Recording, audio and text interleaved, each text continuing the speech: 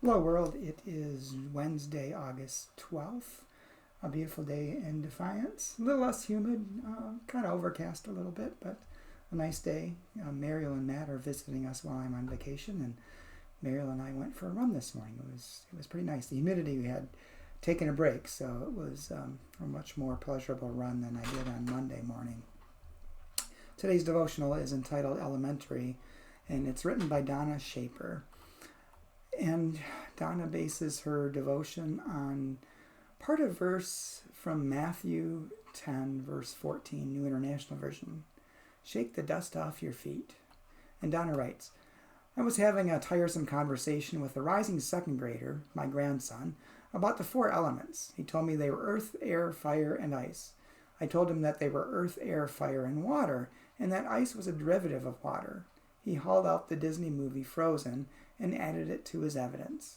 I switched the subject, suggesting that the more important question was about the meaning of the word elemental, not how many elements there were. I told him that the kind of school he goes to is often called elementary, as an elementary school, a wonderful way of describing the basics and the foundational nature of children's education. Then I sprung my developmentally appropriate question. What is most important about fire? He knew right away, having missed the course in modesty early on. It's knowing how to start a fire and how to put one out. I think he's right. How do we know when to quit, dust off our feet, and move on?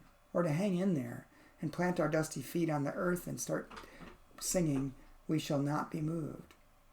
You have to be older than 6 to know. And you may want to consult with at least one friend or even a frenemy. Or ask Jesus in quiet prayer. That consultation may prove elementary. Obviously, there are very few right answers, and sometimes it's time to move on, and other times it's time to stick. And Donna's prayer. Grant us, O God, the wisdom to be elementary in our decisions, to get help and to know the difference between letting go and hanging on. Amen. Well, as we enter another divisive election period, I think this is an apt devotion for us to consider and to read and to think about,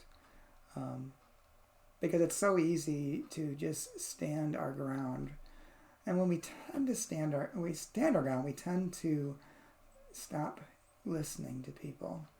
And sometimes it's important to listen. And so when someone raises our ire by something they're saying or standing for, we start thinking of all the counter arguments without ever really listening to them. A good approach is to ask them probing questions about their stance and get them to explain it and explore it and think about it themselves. And sometimes in that action, as they think about it and contemplate it, they might start to think differently or see different ways. But it also really shows that we're interested in them when we question them and probe them with questions. Because it'll also, in that probing, we may find that we have questions about our own stance and maybe even find some common ground upon which to stand firm together.